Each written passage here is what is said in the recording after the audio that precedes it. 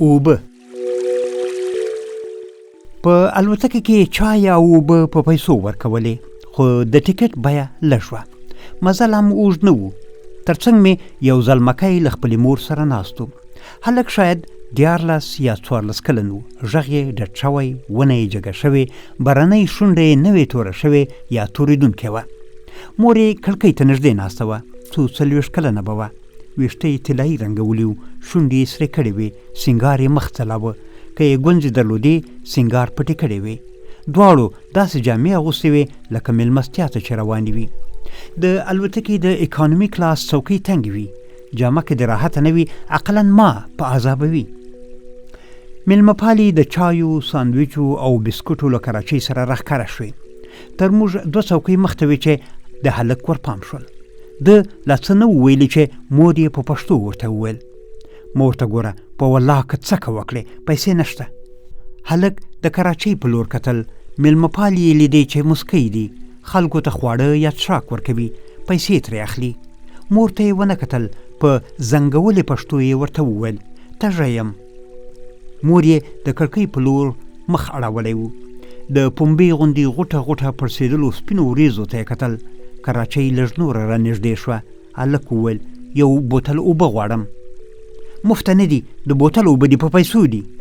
خو تږی یم. یو بوتل په 2 یورو ورکوي، په لندن کې بسته کارتن پرې کېږي. هلک د ښي لاس د منځوۍ ګوتې نوک په غاښ کړ. کراچۍ دومره رانږدې شوه چې د کافي بوی مو یې احساساوه. د هلک غږ ژړغونی غوندې شو: خو تږی یم، بیخي ډېر. مور یې غړۍ هسکه کړه. کراچۍ ته یې وکتل. هلک ته یې وویل: د اوبو بوتل نشته، هلته د شرابو بوتلونه دي، اوس شراب اخلې؟ اوبه هم شته، ما خپله ولیدې. اوبه یې له شرابو سره ایښي دي، څرنګه یې څښې؟ خو تږی یم. ټکټ ګران و، ارزانه نه و، پیسې نشته، مفته خو نه و. مېلمه پالې کراچۍ پرېښوده. خپله د الوتکې پای ته په څپسې ولاړه. هلک په ناسته کړوپ شو. سر یې د مخکینۍ څوکۍ په شا کېښود. په احتجاج یې وویل: تا ویل دا ټکټ ارزانه دی. خاورې ارزانه دی، موږ خو دغه پیسې هم نه لرې دی، قرض مو اخیستی دی، د بانک قرض دی. بانک ته کله تللی وې؟ ښځې له خپل لاسي بکسه ژاوله راویسته. هلک ته یې ونیوله. دا وژوه، که رښتیا تږی یې تنده دې ماتوي. اوس به ژر کښته شو، بیا د خاله په کور کې ښه ډېرې اوبه وڅښه. هلک ژاوله وانخیسته. د مخکینۍ څوکۍ شاته د ډوډۍ لپاره کوچنی میز یې خلاص کړ. لاسونه یې تر تخرګونو لاندې کړل. مور یې د میز ټولولو هڅه وکړه. دا ټول کړه، هغه ښځه به فکر کوي موږ څه شی اخلو. هلک زور کاوه. مور یې پرې نه ښوده چې میز ټول کړي. مور یې وویل چې ځمکه او اسمان یو کړې، څه نه درته اخلم، دا میز ټول کړه، له خلکو شرم دی.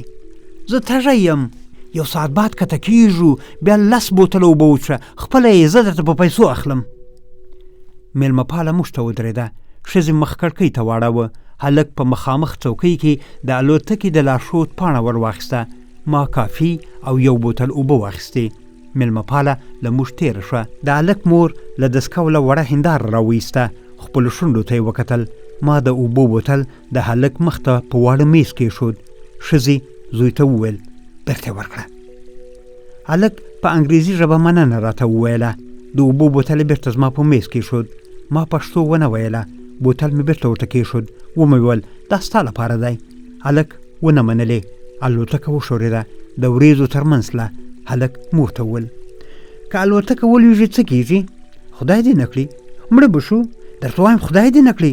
زه به تږی مړ شم. غلی شه، درته وایم خدای دې دښمن مړ کړه.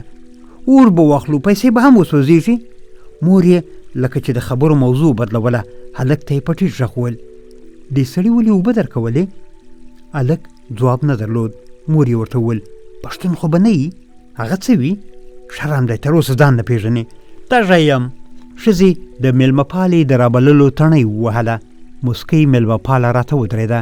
مور یې په شاکي لهجه وویل: تاسې راغله، یو تېر شوی، غږ مو هم ونه کړ. مېلمه پالې وپوښتله: څه مو په کار دي؟ هلک خپلې مور ته وویل: هغې ویلو څه غواړئ، خو تا ویل پیسې نشته. ښځې وویل: زه یو چای غواړم او زوی ته مې 1 بوتل اوبه. مېلمه پاله لاړه. هلک مور ته وویل: تا خو پیسې نشته. غلی شه. ولې؟ درته وایم غلی شه. نو پیسې شته، بسکټ هم غواړم.